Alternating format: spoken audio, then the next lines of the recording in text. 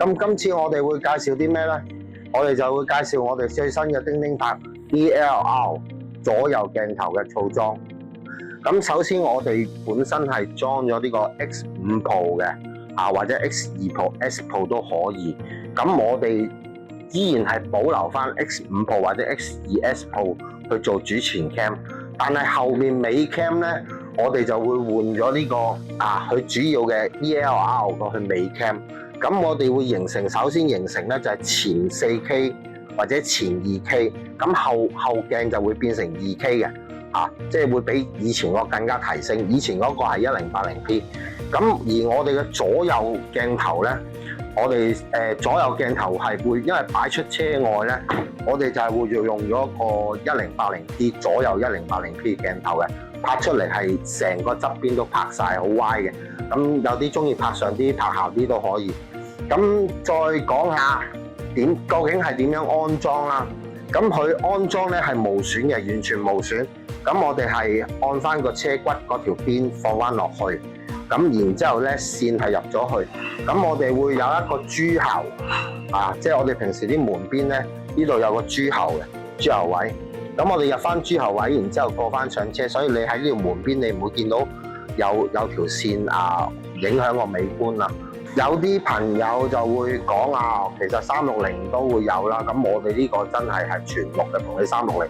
拍出嚟啲魚眼效果係唔一樣嘅，咁清晰度會高好多。再講翻攞電啦，咁攞電一般都有兩個方法嘅。咁如果電動車嗰啲一般都係加裝外置電。咁如果平時有車汽油車嗰啲，我哋個尾 cam 都係會有組電去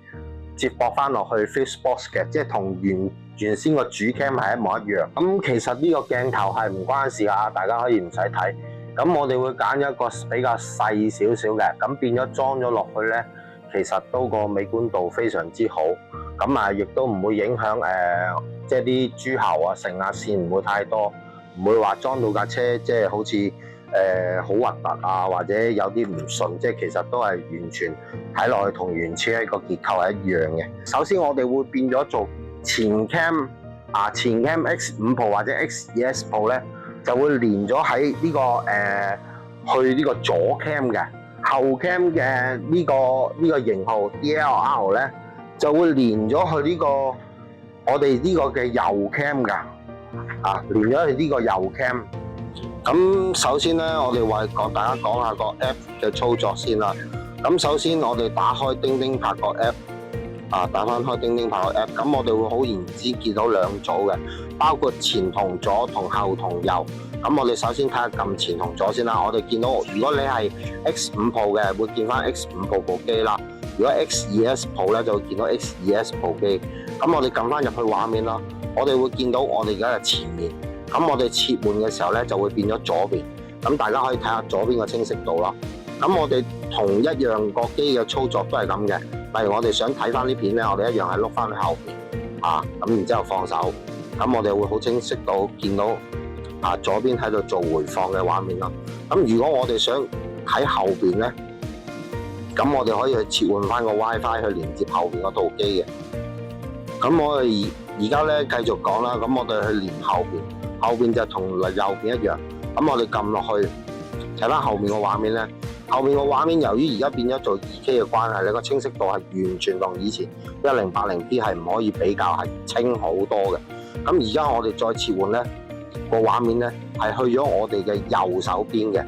大家都可以睇到，其實佢 1080p 裝出面咧係非常之個畫面畫質係非常之靚嘅。咁同樣都係攞片，我哋一樣係調翻去啦。咁其實係一個 app 咧就可以控制晒4個鏡頭嘅。咁 iPhone 機咧有可能要做個 WiFi 切換，但係如果 Android 機咧，我只需要1點咧就先可以。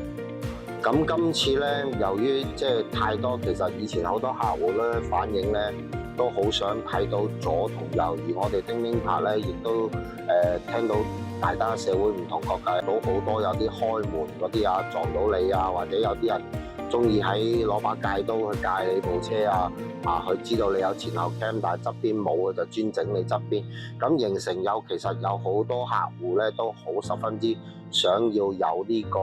左右 cam， 咁其他其實牌子嘅車 cam 咧以前都有嘅，但係由於裝咗落去咧就比較即係好似論盡啦，好似粒色咁樣啊。而我哋呢一次咧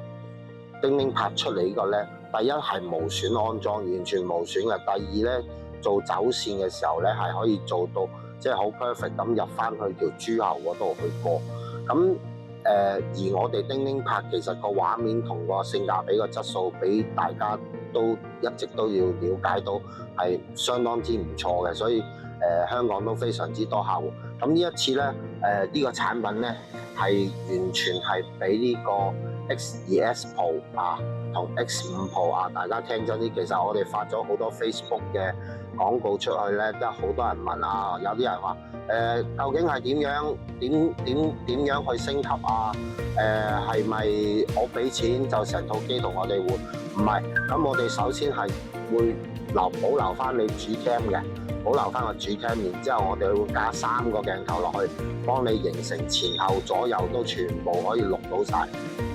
首先我哋係保留主 cam 嘅，咁其他以前裝個 E5咩 Q3嗰啲都唔需要噶啦，嗰啲係裝唔到嘅，呢個系統係做唔到嘅，只有 X2S 或者 X5 Pro 可以去做到呢個升級嘅系統。咁最大嘅好處係佢能夠即係可能24小時錄到前後左右，好似 Tesla 啲哨兵模式咁。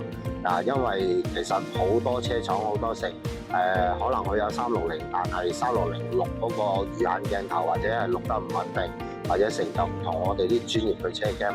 咁大家如果有興趣咧，可以